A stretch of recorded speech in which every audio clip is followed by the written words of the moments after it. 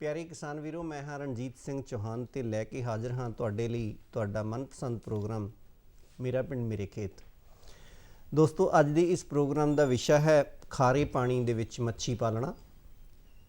ਇਸ ਵਿਸ਼ੇ ਸੰਬੰਧੀ ਜਾਣਕਾਰੀ ਦੇਣ ਲਈ ਸਟੂਡੀਓ ਦੇ ਵਿੱਚ ਅਸੀਂ ਅੱਜ ਸੱਦਾ ਦਿੱਤਾ ਹੈ। ਮੇਰੇ ਨਾਲ ਬੈਠੇ ਨੇ ਡਾਕਟਰ ਰਜਿੰਦਰ ਕਟਾਰੀਆ ਜੀ, ਜਿਹੜੇ ਮੁੱਖ ਕਾਰਜਕਾਰੀ ਅਫਸਰ ਨੇ ਮੱਛੀ ਪਾਲਣ ਵਿਕਾਸ ਏਜੰਸੀ ਜੋ ਮੱਛੀ ਪਾਲਣ ਵਿਭਾਗ ਦੇ ਵਿੱਚ ਚੱਲ ਰਹੀ ਹੈ, ਉਹਦੇ ਵਿੱਚ ਸੇਵਾ ਨਿਭਾ ਰਹੇ ਨੇ ਜ਼ਿਲ੍ਹਾ ਫਿਰੋਜ਼ਪੁਰ ਦੇ ਵਿੱਚ।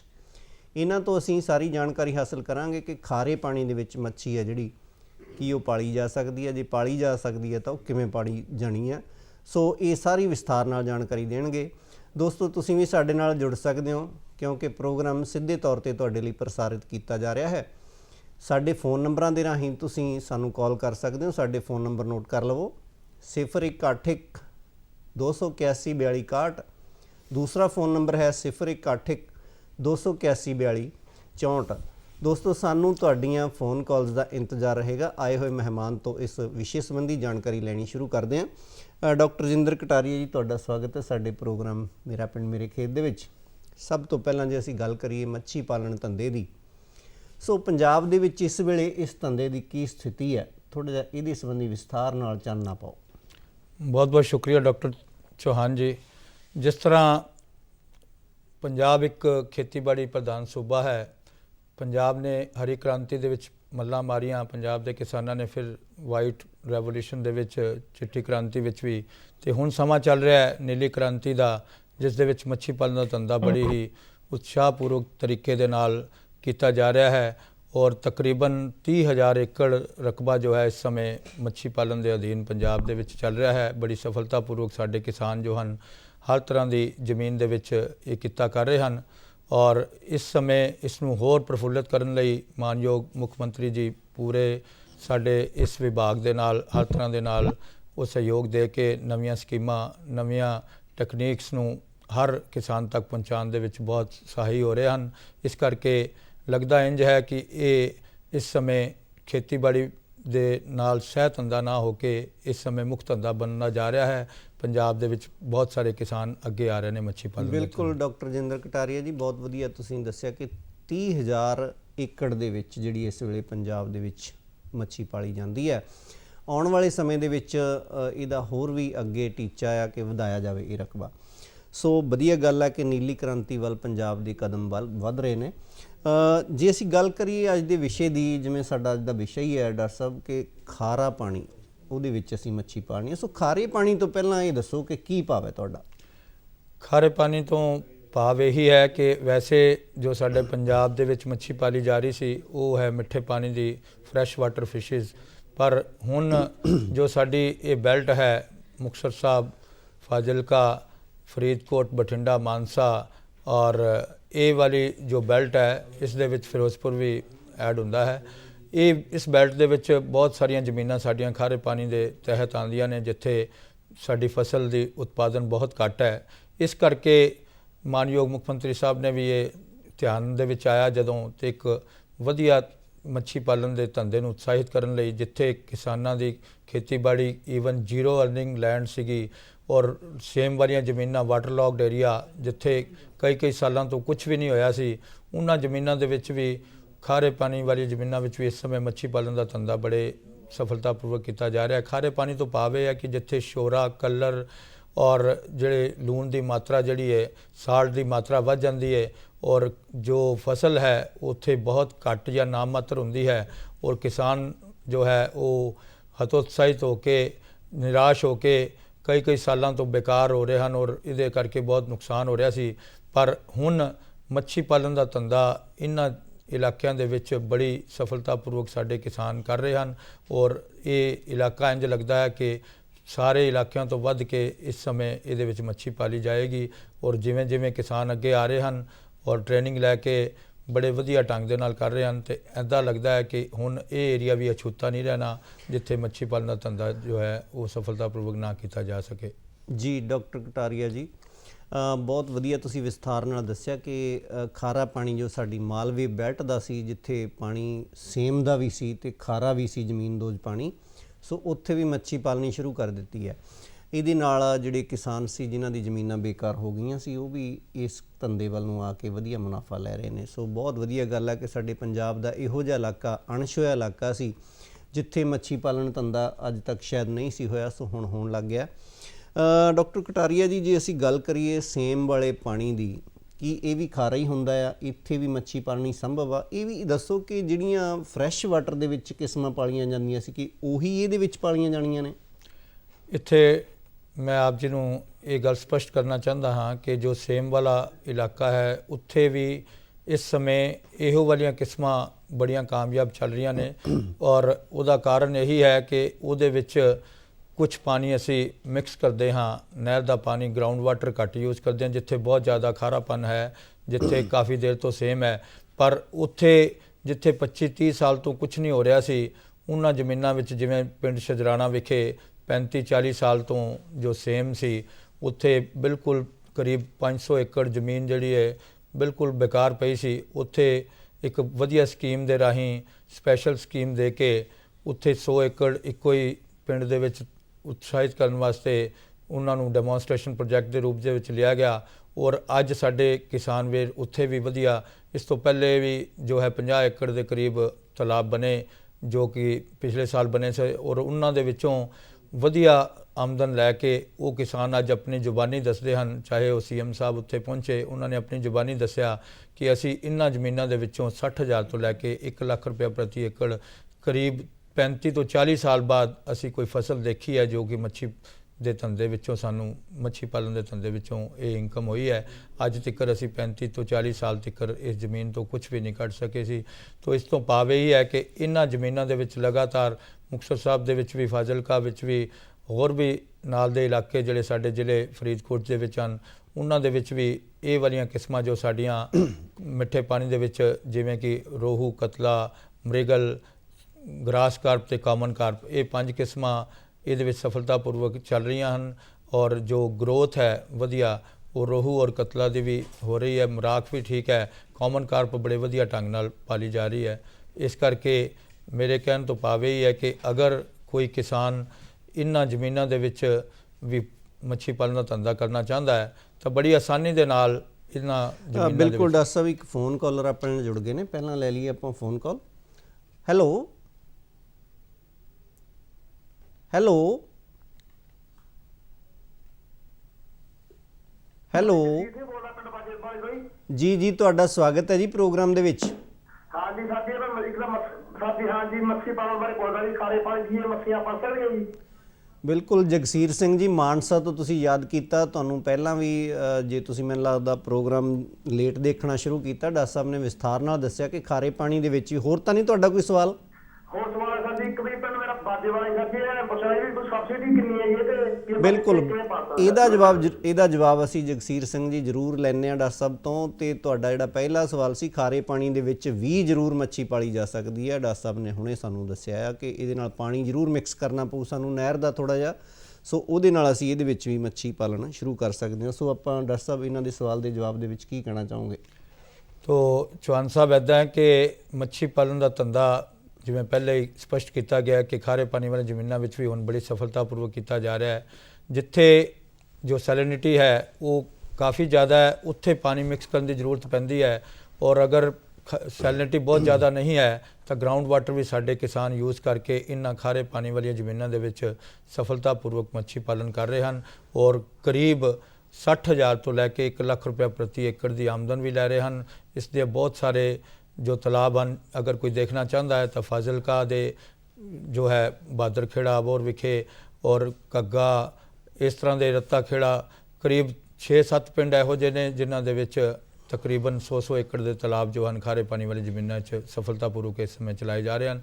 ਇਸ ਤੋਂ ਇਲਾਵਾ ਵੀ ਇੱਕਾ ਦੁੱਕਾ ਹੋਰ ਪਿੰਡਾਂ ਦੇ ਵਿੱਚ ਜਿੱਥੇ ਸੇਮ ਵਾਲੀ ਪ੍ਰੋਬਲਮ ਹੈ ਜਾਂ ਖਾਰੇ ਪਾਣੀ ਦੀ ਪ੍ਰੋਬਲਮ ਹੈ, ਉੱਥੇ ਵੀ ਕਿਸਾਨ ਵੀਰ ਅੱਗੇ ਆ ਕੇ ਆਪਣੀ 5 ਏਕੜ 10 ਏਕੜ 15 ਏਕੜ ਜ਼ਮੀਨ ਜਿਹੜੀ ਉਹ ਇਸ ਤਰ੍ਹਾਂ ਦੇ ਵਿੱਚ ਤਬਦੀਲ ਕਰ ਰਹੇ ਹਨ। ਤੇ ਬੜੀ ਖੁਸ਼ੀ ਦੀ ਗੱਲ ਹੈ ਕਿ ਜਿਨ੍ਹਾਂ ਜ਼ਮੀਨਾਂ ਦੇ ਵਿੱਚੋਂ ਫਸਲ ਘੱਟ ਹੋ ਰਹੀ ਸੀ, ਨਾਮ ਮਾਤਰ ਹੋ ਰਹੀ ਸੀ, ਅੱਜ ਉਹੀ ਕਿਸਾਨ ਆਪਣੀ ਜ਼ੁਬਾਨੀ ਇਹ ਗੱਲ ਕਹਿ ਰਹੇ ਹਨ ਕਿ ਮੱਛੀ ਪਾਲਣ ਦਾ ਧੰਦਾ ਬੜੀ ਸਫਲਤਾਪੂਰਵਕ ਅਸੀਂ ਕਰ ਰਹੇ ਹਾਂ। ਡਾਕਟਰ ਸਾਹਿਬ ਇੱਕ ਹੋਰ ਫੋਨ ਕਾਲਰ ਆਪਣੇ ਨਾਲ ਜੁੜੇ ਨੇ, ਆਪਾਂ ਪਹਿਲਾਂ ਲੈ ਲਈਏ ਫੋਨ ਕਾਲ। ਹੈਲੋ ਹਾਂਜੀ ਹੈਲੋ ਹਾਂਜੀ ਹਾਂਜੀ ਤੁਹਾਡੀ ਆਵਾਜ਼ ਪਹੁੰਚ ਰਹੀ ਹੈ ਜੀ, ਤੁਸੀਂ ਆਪਣਾ ਸਵਾਲ ਕਰੋ। ਹਾਂਜੀ ਮੈਂ ਰਜਿੰਦਰ ਸਿੰਘ ਬੋਲ ਰਿਹਾ ਜੀ, ਪਿੰਡ ਧਰੰਗਵਾਲਾ ਤੋਂ। ਜੀ ਤੁਹਾਡਾ ਸਵਾਗਤ ਹੈ ਰਜਿੰਦਰ ਸਿੰਘ ਜੀ ਅਬੋਹਰ ਤੋਂ। ਹਾਂਜੀ 1997 ਤੋਂ ਸਾਡੇ ਅਬੋਹਰ ਏਰੀਏ 'ਚ ਪਿੰਡ ਧਰੰਗਵਾਲਾ ਵਿੱਚ ਸੇਮ ਹੈ ਜੀ। ਜੀ ਉਹਦੇ ਬਾਰੇ ਪੁੱਛਣਾ ਚਾਹੁੰਦੇ ਹਾਂ ਵੀ ਉਹ ਸੇਮ ਵਾਲੇ ਖਾਰੇ ਪਾਣੀ 'ਚ ਵੀ ਮੱਛੀ ਪਾਲੀ ਜਾ ਸਕਦੀ ਹੈ? ਬਿਲਕੁਲ ਰਜਿੰਦਰ ਸਿੰਘ ਜੀ, ਬਹੁਤ ਵਧੀਆ ਤੁਹਾਡਾ ਸਵਾਲ ਹੈ, ਪਰ ਅੱਜ ਸਾਡਾ ਵਿਸ਼ਾ ਹੀ ਇਹੀ ਹੈ ਕਿ ਖਾਰੇ ਪਾਣੀ ਦੇ ਵਿੱਚ ਮੱਛੀ ਪਾਲਣਾ। ਬਾਖੂਬੀ ਡਾਕਟਰ ਰਜਿੰਦਰ ਕਟਾਰੀਆ ਜੀ ਤੁਹਾਡੇ ਰੂਬਰੂ ਹੋ ਰਹੇ ਨੇ, ਸਾਰੇ ਇਹ ਦੱਸ ਰਹੇ ਨੇ ਸਾਰਾ ਵਿਸਥਾਰ ਦੇ ਨਾਲ ਕਿ ਖਾਰੇ ਪਾਣੀ ਦੇ ਵਿੱਚ ਤੁਸੀਂ ਪ੍ਰੋਗਰਾਮ ਨੂੰ ਇਸੇ ਤਰ੍ਹਾਂ ਹੀ ਦੇਖਦੇ ਰਹੋ। ਡਾਕਟਰ ਸਾਹਿਬ ਜੇ ਆਪਾਂ ਗੱਲ ਕਰੀਏ ਮੱਛੀ ਪਾਲਣ ਵਿਭਾਗ ਦੀ, ਸੋ ਕਿਸਾਨਾਂ ਨੂੰ ਮੱਛੀ ਪਾਲਣ ਦੇ ਧੰਦੇ ਵਿੱਚ ਉਤਸ਼ਾਹਿਤ ਕਰਨ ਲਈ ਕੀ ਯੋਗਦਾਨ ਪਾ ਰਿਹਾ? ਇਸ ਸਮੇਂ ਮੱਛੀ ਪਾਲਣ ਵਿਭਾਗ ਜੋ ਹੈ ਕਿਸਾਨਾਂ ਨੂੰ ਇਸ ਤਰਫ ਉਤਸ਼ਾਹਿਤ ਕਰਨ ਦੇ ਲਈ ਹਰ ਤਰ੍ਹਾਂ ਦੇ ਨਾਲ ਜੋ ਹੈ ਉਹ ਸਕੀਮਾਂ ਫਾਈਨੈਂਸ਼ੀਅਲ ਰੂਪ ਦੇ ਵਿੱਚ, ਚਾਹੇ ਉਹ ਲੋਨਿੰਗ ਦੀ ਸਕੀਮ ਹੈ ਕਰਜ਼ਾ ਦੀ, ਇਸ ਦੇ ਵਿੱਚ ਔਰ ਸਬਸਿਡੀ ਦੀ ਸਕੀਮ ਹੈ। ਇਸ ਤੋਂ ਇਲਾਵਾ ਮੁੱਢਲੀ ਟ੍ਰੇਨਿੰਗ ਜੋ ਹੈ 5 ਦਿਨਾਂ ਦੀ ਉਹ ਵੀ ਹਰ ਜ਼ਿਲ੍ਹੇ ਲੈਵਲ ਤੇ ਜੋ ਹੈ ਫ੍ਰੀ ਦਿੱਤੀ ਜਾ ਰਹੀ ਹੈ।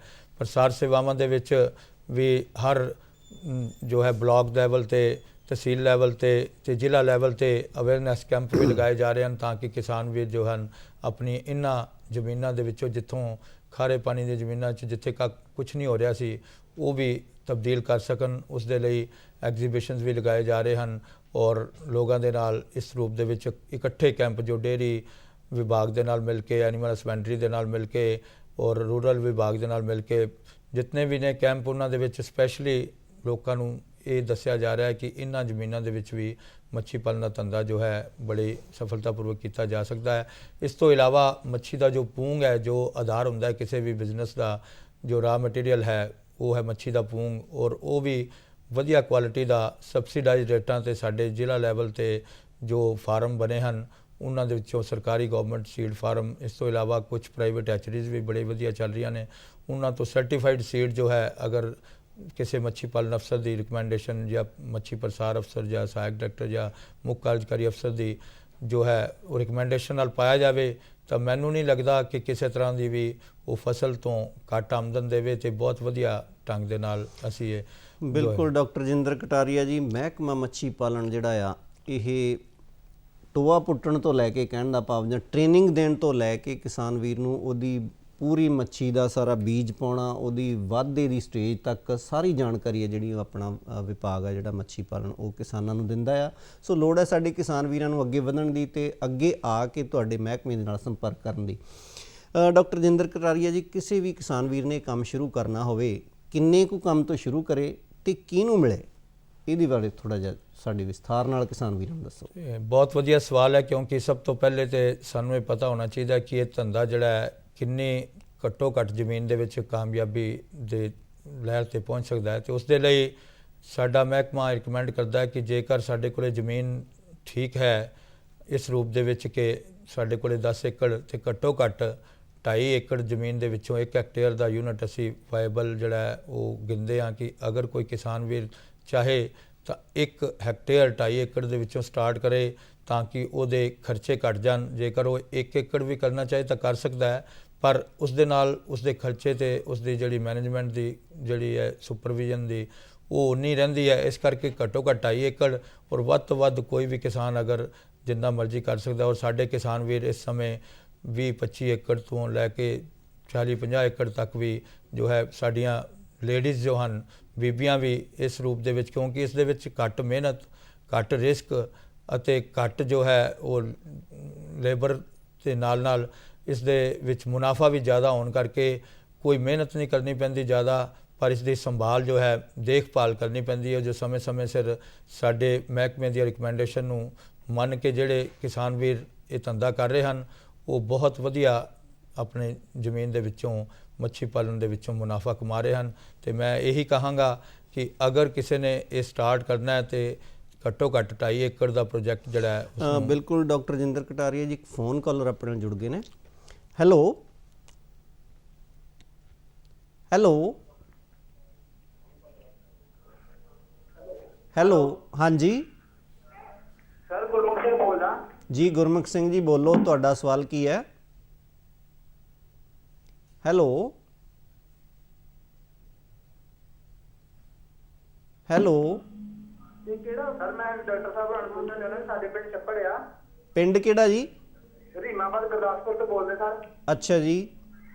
ਤੇ ਸਾਰਾ ਪੁੱਛਣਾ ਚਾਹੁੰਦਾ ਸਾਡੇ ਪਿੰਡ ਛੱਪੜ ਆ ਤੇ ਉਹਦੇ ਵਿੱਚ ਮੱਛੀ ਪਾਲਣੀ ਚਾਹੁੰਦੇ ਆ ਤੇ ਉਹਦਾ ਪਾਣੀ ਪੂਣੀ ਚੈੱਕ ਕਰਾਉਣਾ ਪਏਗਾ ਜੀ? ਛੱਪੜ ਪੰਚਾਇਤੀ ਹੈ ਜੀ? ਹਾਂਜੀ ਹਾਂਜੀ ਪੰਜਾਬੀ ਜੀ ਠੇਕੇ ਤੇ ਲਿਆ ਜੀ। ਜੀ ਹੋਰ ਕੁਝ ਪੁੱਛਣਾ ਚਾਹੁੰਦੇ ਹੋ? ਬਸ ਇਹੀ ਸਵਾਲ ਹੈ ਤੁਹਾਡਾ? ਰਕਬਾ ਹਾਂਜੀ ਹਾਂਜੀ ਤੁਸੀਂ ਕੁਝ ਦੱਸ ਸਕਦੇ ਕੁਝ? ਇਸ ਦਾ ਰਕਬਾ ਕਿੰਨਾ ਹੈ? ਫੋਨ ਕਾਲ ਕੱਟ ਚੁੱਕੀ ਹੈ ਜੀ। ਆਮ ਤੌਰ ਤੇ ਇਹ ਪਹਿਲਾਂ ਵੀ ਚੱਲਿਆ ਸੀ ਜੀ, ਪੰਚਾਇਤੀ ਛੱਪੜ ਜਿਹੜੇ ਠੇਕੇ ਤੇ ਲੈ ਕੇ ਉਹਦੇ ਵਿੱਚ ਮੱਛੀ ਪਾਲੀ ਜਾਂਦੀ ਸੀ। ਇਹ ਵੀ ਉਹੀ ਕੰਮ ਸ਼ੁਰੂ ਕਰਨਾ ਚਾਹੁੰਦੇ ਨੇ। ਇਹਨਾਂ ਦੇ ਪਿੰਡ ਦੀ ਜ਼ਮੀਨ ਆ, ਉਹਦੇ ਵਿੱਚ ਛੱਪੜ ਹੈ ਪਿੰਡ ਦੇ ਵਿੱਚ, ਤੇ ਉਹਨੂੰ ਲੈ ਕੇ ਇਹ ਠੇਕੇ ਤੇ ਮੱਛੀ ਕੀ ਉਹਦੇ ਵਿੱਚ ਪਾਲੀ ਜਾ ਸਕਦੀ ਹੈ ਜਾਂ ਉਹਦਾ ਟੈਸਟ ਕਰਾਉਣਾ ਪਊ ਪਾਣੀ?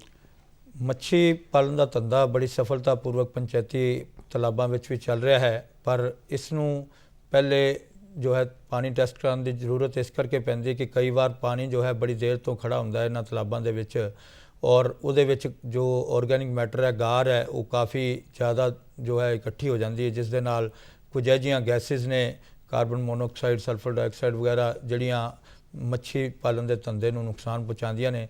तो या तो वो तालाब ਨੂੰ ਪਹਿਲੇ ਸੁਕਾ ਲੈਣਾ ਜ਼ਰੂਰੀ ਹੈ ਜੇਕਰ ਕਾफ़ੀ ਦੇਰ ਤੋਂ ਪਾਣੀ ਖੜਾ ਹੈ, ਔਰ ਅਗਰ ਥੋੜੀ ਦੇਰ ਹੋਈ ਹੈ ਪਾਣੀ ਸਾਫ਼ ਹੈ ਉਸ ਦੇ ਵਿੱਚ ਤਾਂ ਉਸ ਨੂੰ ਟੈਸਟਿੰਗ ਜੋ ਹੈ ਲੈਬ ਦੇ ਉੱਤੋਂ ਲੈਬੋਰਟਰੀ 'ਚੋਂ ਟੈਸਟ ਕਰਾ ਕੇ ਉਸ ਦੀ pH ਵੈਲਿਊ, ਉਸ ਦੇ ਸਾਰੇ ਜੋ ਦੂਸਰੇ ਪੈਰਾਮੀਟਰ ਨੇ ਉਹਨਾਂ ਨੂੰ ਚੈੱਕ ਕਰਾ ਲਿਆ ਜਾਏ ਤੇ ਬੜੀ ਸਫਲਤਾਪੂਰਵਕ ਸਾਡੇ ਕਿਸਾਨ ਵੀਰ ਜੋ ਹੈ ਉਹ ਪੰਚਾਇਤੀ ਤਲਾਬਾਂ ਦੇ ਵਿੱਚੋਂ ਘੱਟ ਖਰਚੇ ਦੇ ਨਾਲ, ਕਿਉਂਕਿ ਇਹਦੇ ਵਿੱਚ ਕੁਦਰਤੀ ਖੁਰਾਕ ਬਹੁਤ ਵਧੀਆ ਬਣਦੀ ਹੈ ਔਰ 10 ਸਾਲ ਲਈ ਲੀਜ਼ ਤੇ ਲਿੱਤਾ ਜਾ ਸਕਦਾ। ਇਸ ਦੀ ਜੋ ਹੈ ਪੰਚਾਇਤ ਦੇ ਕੋਲ ਹੀ ਪਾਵਰ ਹੁੰਦੀ ਹੈ, ਸਰਪੰਚ ਦੇ ਕੋਲ ਹੀ। ਇਹਦੇ ਲਈ ਪੰਚਾਇਤ ਐਕਟ ਦੇ ਵਿੱਚ ਇਹ ਵਿਧਾਨ ਹੈ ਕਿ ਕੋਈ ਵੀ ਜੋ ਕਿਸਾਨ ਵੀਰ ਹੈ ਇਸ ਨੂੰ 10 ਸਾਲ ਲਈ ਲੀਜ਼ ਤੇ ਲੈ ਕੇ ਸੁਧਾਰ ਕੇ ਉਸ ਤਾਲਾਬ ਦੇ ਪੂਰਨਤਾ ਬੰਨੇ, ਉਸ ਦੇ ਲਈ ਜੋ ਹੈ ਪੰਜਾਬ ਸਰਕਾਰ ਮੱਛੀ ਪਾਲਣ ਵਿਭਾਗ। ਬਿਲਕੁਲ ਡਾਕਟਰ ਸਾਹਿਬ, ਅਸੀਂ ਇਹਨਾਂ ਦੇ ਸਵਾਲ ਦੇ ਜਵਾਬ ਦੇ ਵਿੱਚ ਤੁਸੀਂ ਬਾਖੂਬੀ ਜਵਾਬ ਦਿੱਤਾ ਆ। ਆਪਾਂ ਇਹਨਾਂ ਨੂੰ ਇਹ ਕਹਿਣਾ ਚਾਹਾਂਗੇ ਕਿ ਇਹ ਤੁਹਾਡੇ ਮਹਿਕਮੇ ਨਾਲ ਗੁਰਦਾਸਪੁਰ ਦੇ ਵਿੱਚ ਸੰਪਰਕ ਕਰਨ। ਜੇ ਇਹਨਾਂ ਨੇ ਮੱਛੀ ਪਾਲਣ ਦਾ ਧੰਦਾ ਪੰਚਾਇਤੀ ਛੱਪੜ ਦੇ ਵਿੱਚ ਸ਼ੁਰੂ ਕਰਨਾ ਹੈ ਤਾਂ ਪੂਰੀ ਜਾਣਕਾਰੀ ਇਹਨਾਂ ਨੂੰ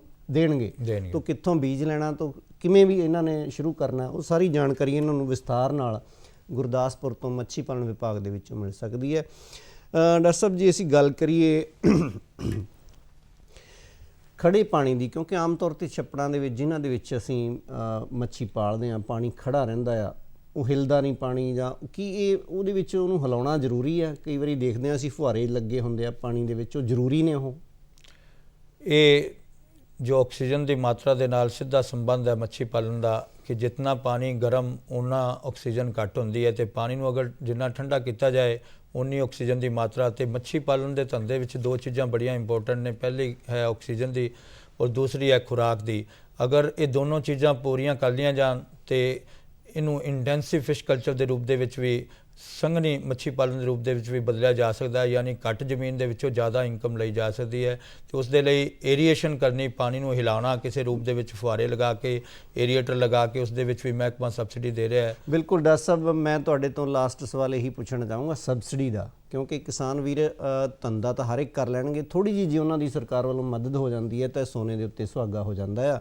ਸੋ ਸਾਡੇ ਕਿਸਾਨ ਵੀਰਾਂ ਨੂੰ ਇਹ ਦੱਸੋ ਕਿ ਛੋਟੇ ਤੋਂ ਛੋਟਾ ਯੂਨਿਟ ਜਾਂ ਵੱਡੇ ਤੋਂ ਵੱਡਾ ਯੂਨਿਟ ਲਾਉਣ 'ਤੇ ਕਿੰਨੀ ਕੁ ਸਬਸਿਡੀ ਉਹਨਾਂ ਨੂੰ ਅਸੀਂ ਦੇ ਸਕਦੇ ਹਾਂ?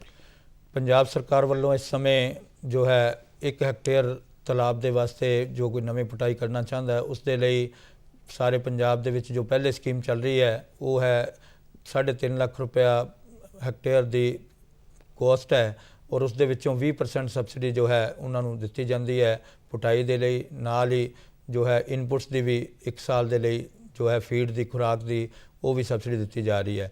ਪਰ ਜਿਸ ਵਿਸ਼ੇ ਤੇ ਅੱਜ ਆਪਾਂ ਇਕੱਠੇ ਹੋਏ ਹਾਂ ਇੱਥੇ ਇਸ ਪ੍ਰੋਗਰਾਮ ਦੇ ਵਿੱਚ, ਇਹ ਹੈ ਖਾਰੇ ਪਾਣੀ ਵਾਲਾ ਇਲਾਕਾ। ਤੇ ਖਾਰੇ ਪਾਣੀ ਇਲਾਕੇ ਦੇ ਵਾਸਤੇ ਇੱਕ special scheme NMPS national mission for protein supplement ਦੇ ਤਹਿਤ ਇਹਨਾਂ 6 ਜ਼ਿਲ੍ਹਿਆਂ ਦੇ ਵਿੱਚ 40% ਸਬਸਿਡੀ ਦਿੱਤੀ ਜਾ ਰਹੀ ਹੈ, ਜੋ ਕਿ ਬਹੁਤ ਹੀ ਵਧੀਆ ਢੰਗ ਦੇ ਨਾਲ ਸਾਡੇ ਕਿਸਾਨ ਵੀਰ ਉਸ ਦਾ ਫਾਇਦਾ ਉਠਾ ਕੇ ਇਹਨਾਂ ਇਲਾਕਿਆਂ ਦੇ ਵਿੱਚ ਜਿੱਥੇ ਘੱਟ ਆਮਦਨ ਲੈ ਰਹੇ ਸੀ ਆਪਣੀ ਖੇਤੀਬਾੜੀ ਤੋਂ, ਮੱਛੀ ਪਾਲਣ ਦੇ ਧੰਦੇ ਵਿੱਚ ਉਹਨਾਂ ਨੂੰ ਬਹੁਤ ਉਤਸ਼ਾਹ ਮਿਲਿਆ ਹੈ। ਤੇ ਇਸ ਸਮੇਂ ਇਸ ਸਬਸਿਡੀ ਦੁਆਰਾ ਔਰ ਬੜੇ ਵਧੀਆ ਢੰਗ ਦੇ ਨਾਲ ਸਾਡੇ ਕਿਸਾਨ ਵੀਰ ਅੱਗੇ ਆ ਰਹੇ ਹਨ। ਤੇ ਬੜੀ ਖੁਸ਼ੀ ਦੀ ਗੱਲ ਹੈ ਕਿ ਸਾਡੀ ਸਰਕਾਰ ਵੀ ਇਸ ਵੱਲ ਪੂਰਾ ਧਿਆਨ ਦੇ ਰਹੀ ਹੈ।